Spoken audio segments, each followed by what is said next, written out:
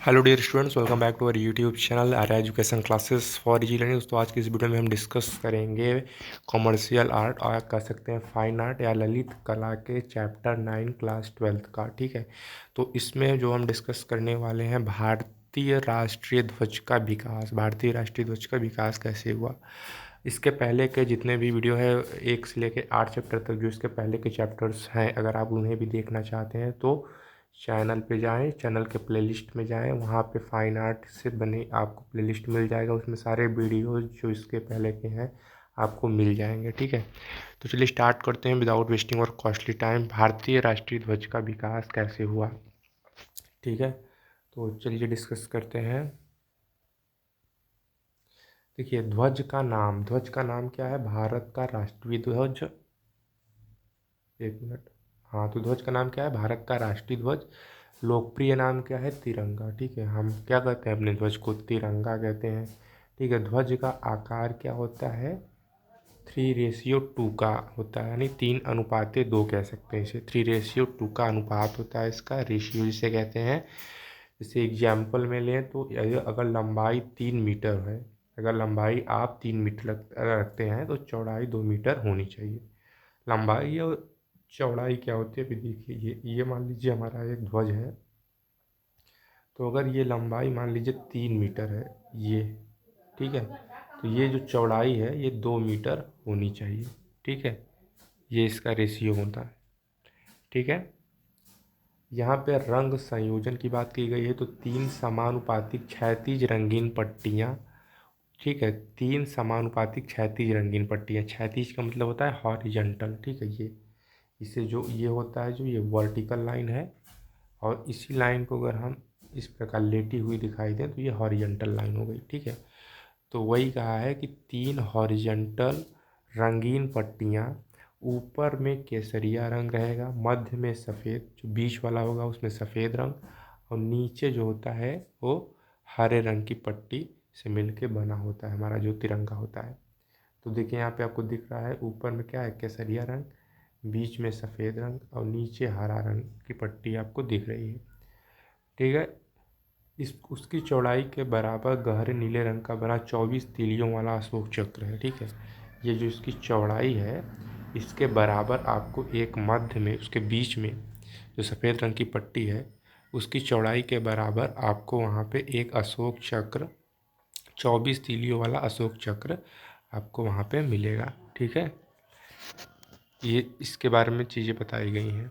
आगे क्या लिखा है विवरण पढ़ते हैं। भारत का राष्ट्रीय ध्वज 3 रंगों वाला अर्थात तिरंगा भारत के लोगों का गौरव तथा उनकी अंतर्राष्ट्रीय पहचान का प्रतीक है। ठीक है, इंटरनेशनल अगर आप कोई स्पोर्ट देखते हो या कहीं भी कुछ देखते हो तो भारत को रिप्रेजेंट कैसे किया जाता है? भारत के राष्ट्रीय ध्वज से, भारत के तिरंगे से उसे रिप्रेजेंट किया जाता है।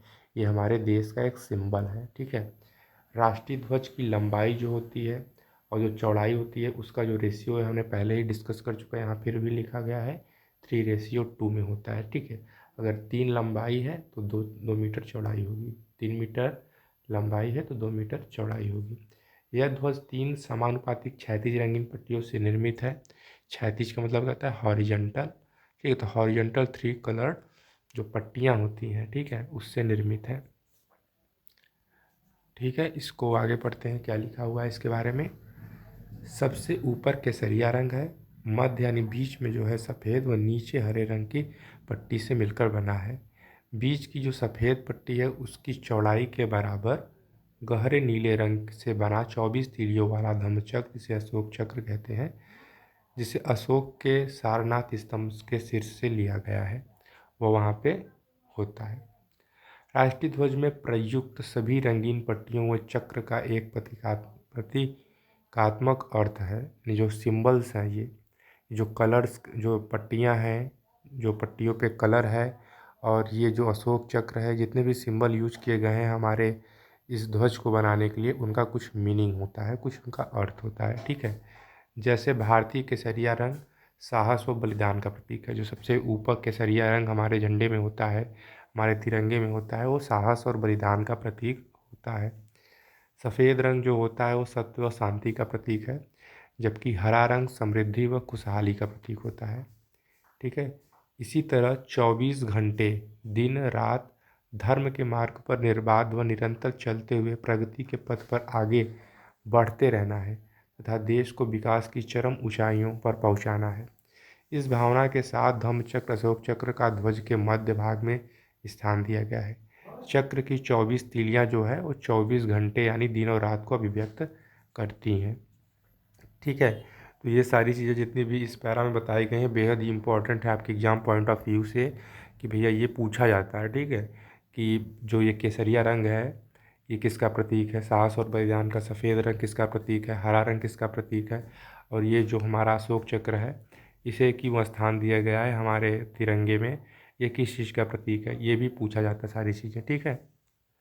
चलिए आगे चलते हैं। ध्वजा के इस रूप को भारत के लोगों की भावनाओं, राजनैतिक व सामाजिक आकांक्षाओं तथा स्वतंत्रता के लिए, ठीक है, संघर्षरत आंदोलनकारियों की चाहतों को ध्यान में रखते हुए गहन विचार विमर्श के बाद भारतीय संविधान सभा ने 22 जुलाई 1947 ईस्वी को भारतीय राष्ट्रीय ध्वज के रूप में स्वीकृति दे दी।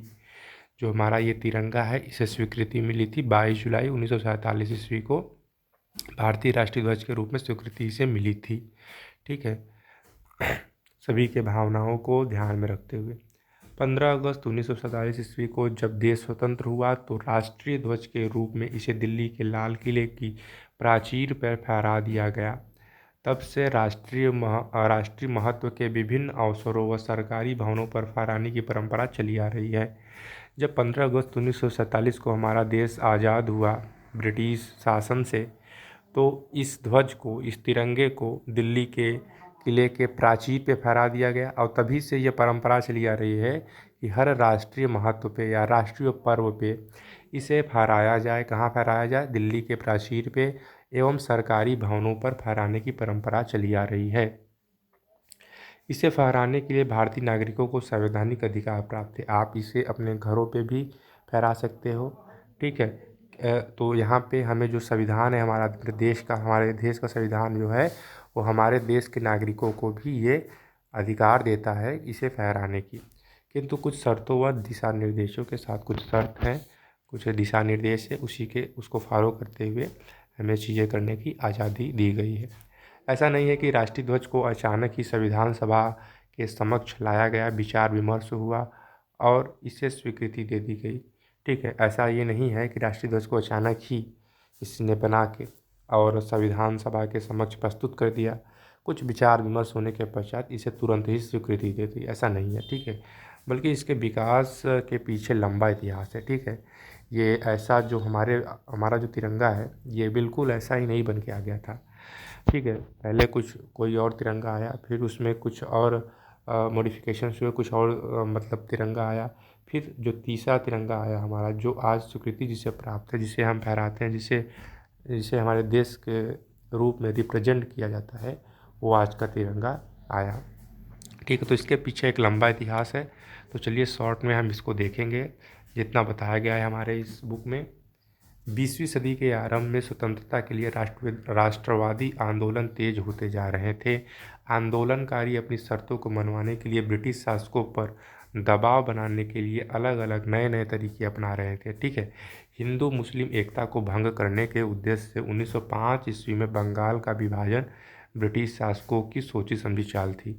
ये जो चीज़ें हैं ये तो इसके पहले वाली जो वीडियो थी उसमें भी बताया गया था कि जो हिंदू मुस्लिम एकता को भंग करने का उद्देश्य था, यानी हिंदू मुस्लिम एकता को भंग करने के लिए 1905 ईस्वी में अंग्रेज़ों ने क्या किया था, बंगाल को विभाजित कर दिया था, अलग कर दिया था। ठीक है। तो ये जो थी एक ब्रिटिश शासकों की सोची समझी चाल थी। इसके विरुद्ध पूरे बंगाल में तथा अखिल भारतीय स्तर पर क्रांतिकारी आंदोलन तेज हो गए। इसके विरुद्ध बंगाल में और बंगाल में ही नहीं बल्कि पूरे भारत में क्रांतिकारी आंदोलन क्या हो गए, तेज हो गए। कलकत्ता के पारसी बागान स्क्वायर एक पार्क है जिसमें 7 अगस्त 1906 को कांग्रेस की सभा का आयोजन किया गया।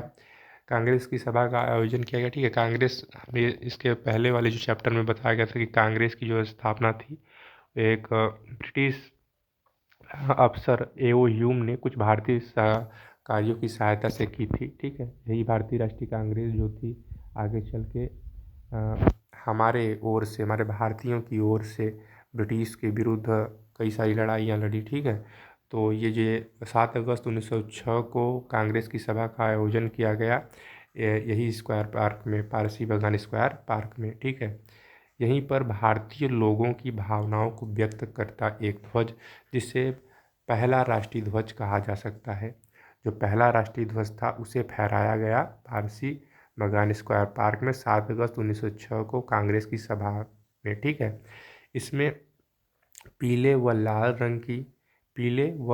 रंग की 3 क्षैतिज समानुपाती पट्टियाँ थीं। शीर्ष पर जो सबसे ऊपर वाली पट्टी थी वो हरी पट्टी थी, में 8 सफ़ेद कमल एक सीध में अंकित किए गए थे। मध्य की पीली पट्टी में गहरे रंग से वंदे मातरम देवनागरी लिपि में अंकित किया गया था, जबकि नीचे की लाल पट्टी में बाईं ओर सफ़ेद रंग से पूर्ण था।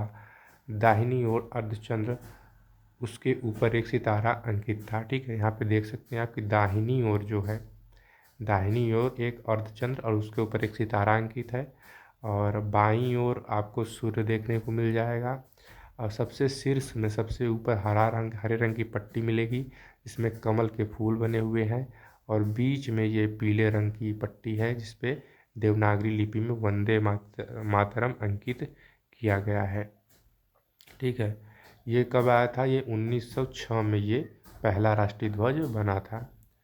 ठीक है, दूसरा जो ध्वज था वो 1921 ईस्वी में भारतीय राष्ट्रीय कांग्रेस के विजयवाड़ा, जिसे बैजवाड़ा भी कहते थे, अधिवेशन के दौरान आंध्र प्रदेश के एक उत्साही युवक पिंगली वेंकैया ने तैयार करके अधिवेशन के संचालक मोहनदास करमचंद गांधी, ठीक है, जो हमारे राष्ट्रपिता हैं, को सौंपा था। यह ध्वज को क्षैतिज हरी व लाल पट्टियों से बना था। मध्य में गांधी चरखा अंकित किया गया था। ठीक है, तो एक हमारे उत्साही युवक जिसका नाम पिंगली वेंकैया था, उन्होंने 1921 में भारत का दूसरा एक राष्ट्रीय ध्वज बनाया था, जिसे कांग्रेस के राष्ट्रीय अधिवेशन विजयवाड़ा में उन्होंने मोहनदास करमचंद गांधी को उसे सौंपा था, जो कि राष्ट्रीय कांग्रेस अधिवेशन के संचालक थे उस समय। ठीक है, जो हरा रंग था और जो वो दूसरा जो राष्ट्रीय ध्वज बना था उसमें जो हरा रंग था वो मुस्लिम समुदाय को प्रतिनिधित्व करता था।